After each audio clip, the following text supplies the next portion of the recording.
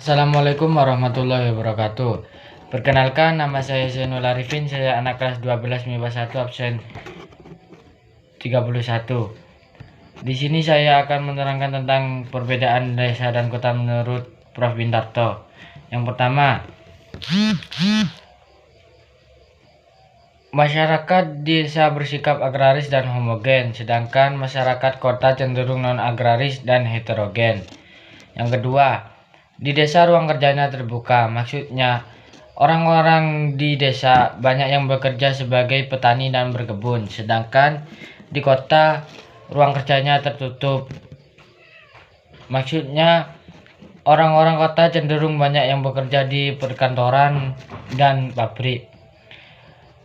Yang ketiga, musim sangat mempengaruhi pekerjaan di desa, karena pada musim seperti hujan, maka petani akan menanam padi, sedangkan ketika musim kemarau, petani akan menanam jagung.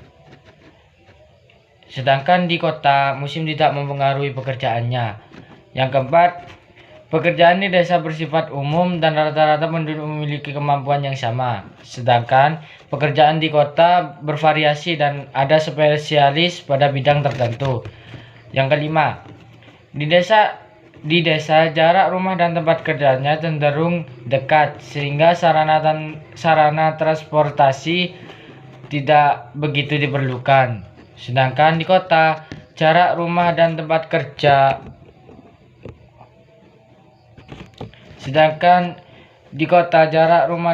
kerjanya itu cenderung jauh, sehingga sarana transportasi sangat diperlukan.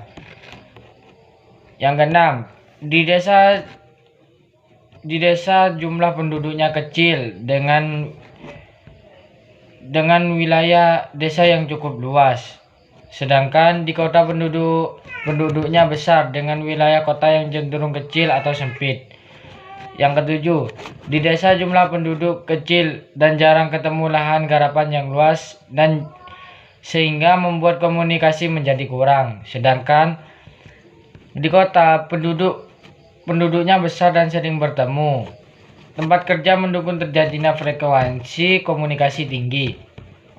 Yang kedelapan, di desa stratifikasi penduduknya sederhana dan dikit, sedangkan di kota stratifikasinya penduduknya kompleks dan banyak.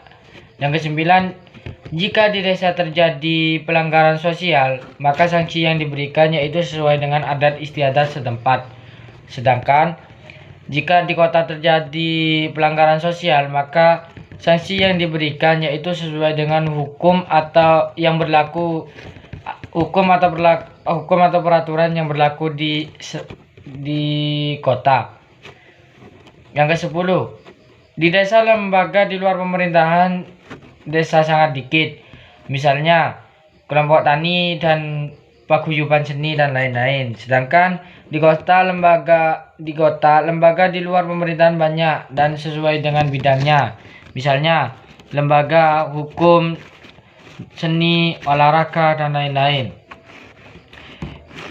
Yang ke-11, di desa hubungan sosialnya atau paguyuban itu gotong royong menjadi ciri khas yang mempererat hubungan. Sedangkan di kota hubungan sosial bersifat Gesellschaft atau pertanian.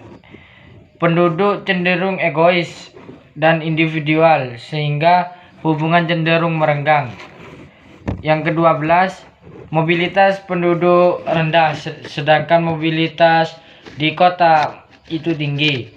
Yang ke-13, di desa status sosialnya stabil, sedangkan di kota status sosialnya tidak stabil. Perbedaan desa dan kota menurut perkembangannya. Yang pertama, desa tradisional, yaitu daerah-daerah pedalaman yang penduduknya cenderung menutup diri dan menolak sepenuhnya budaya luar. Yang kedua, desa swadaya, yaitu desa yang mulai berkembang sudah mulai bisa memenuhi kebutuhannya sendiri. Yang ketiga yaitu desa swakarya, yaitu desa yang sudah memulai perubahan perilaku masyarakat untuk memulai memanfaatkan atau menggunakan potensi yang dimiliki desanya. Desa swasembada, yaitu desa yang sudah mampu memenuhi kebutuhan sendiri dengan cara menciptakan karya dan jasanya. Yang terakhir yaitu desa Pancasila, yaitu desa yang sudah adil dan makmur, serta sejahtera dengan kerukunan yang kuat. Kota menurut perkembangannya yaitu Lopolis, yaitu wilayah yang baru berkembang dengan menjadi kota baru. Polis, yaitu kota yang masih agraris. Metropolis, yaitu kota yang perekonomiannya bergeser ke industri. Megapolis, yaitu wilayah yang terdiri dari beberapa metropolis sehingga menjadi satu wilayah perkotaan yang besar. Contohnya Jakarta atau Jabodetabek. Tiranopolis, yaitu kota yang kehidupannya penuh kerawanan sosial, kemacetan dan kriminalis. Nekropolis, yaitu kota yang mengalami kemunduran dan seperti kota mati. Gambar pola keuangan desa menurut Jajuli. Yang pertama yaitu desa linier, yaitu desa yang mengikuti jalan raya atau aliran sungai. Banyak ditemukan di daerah dataran, terutama di daerah dataran rendah. Tujuannya yaitu mendekati prasarana transportasi atau jalan atau sungai, aliran sungai, sehingga memudahkan modalitas bagi manusia, barang, dan jasa. Yang kedua, garis pantai, yaitu mengikuti garis pantai atau berada di pinggiran pesisir. Tujuannya yaitu mayoritas penduduk bersumber perekonomian berasal dari laut sehingga dekat dengan bahan baku.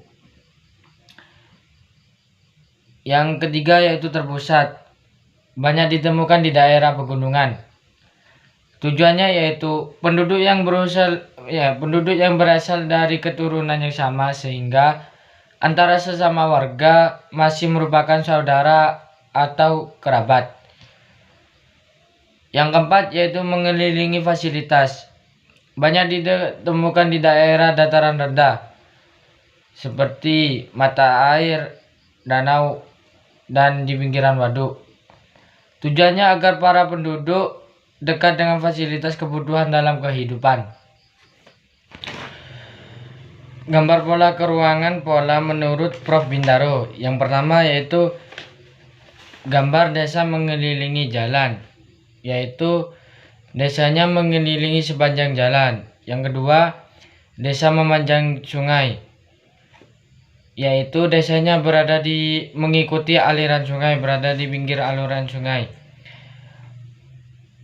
Yang ketiga yaitu desa memanjang pantai. Desanya itu desa para nelayan yang berada di pinggiran sepanjang pantai. Yang keempat yaitu desa tersebar, yaitu pola desa di daerah khas pegunungan yang menyebar, nukleus yang berdiri sendiri. Pola radial yaitu berbentuk radial terhadap gunung dan memanjang sepanjang lereng gunung. Gambar pola keuangan kota atau struktur kota. Yang pertama, teori konsentris merupakan teori pembagian wilayah yang mana dimulai dari pusat perkotaan hingga pinggiran yang membentuk sebuah pola lingkaran atau seperti sebuah gelang. Yang kedua, teori inti ganda dibuat berdasarkan fakta bahwa ada kota-kota modern yang memiliki kota bisnis, industri, dan pemukiman sendiri. Yang ketiga, teori sektoral merupakan berbagai unit kegiatan yang ada di perkotaan yang tidak mengikuti zona teratur secara konsentris, namun membentuk berbagai sektor yang memiliki sifat lebih bebas. Yang terakhir yaitu teori konseptual, yaitu teori yang menggabungkan antara teori konsentrik dan teori sektoral. Gambar bentuk-bentuk kota. Yang pertama, bentuk kota terbelah. Yang kedua, bentuk kota terpecah. Yang ketiga, bentuk kota berantai. Yang keempat, bentuk kata steral. Yang kelima, bentuk kata pita. Yang keenam, bentuk kata gurita. Yang ketujuh, bentuk kata tidak berpola. Yang kedelapan, kota berbentuk kapal. Yang kesembilan, kota berbentuk persegi panjang. Yang kesepuluh, kota berbentuk balet. Dan yang terakhir yaitu kota berbentuk persegi. Sekian dari saya. Apabila ada pengucapan salah perkataan, mohon maaf. Wassalamualaikum warahmatullahi wabarakatuh.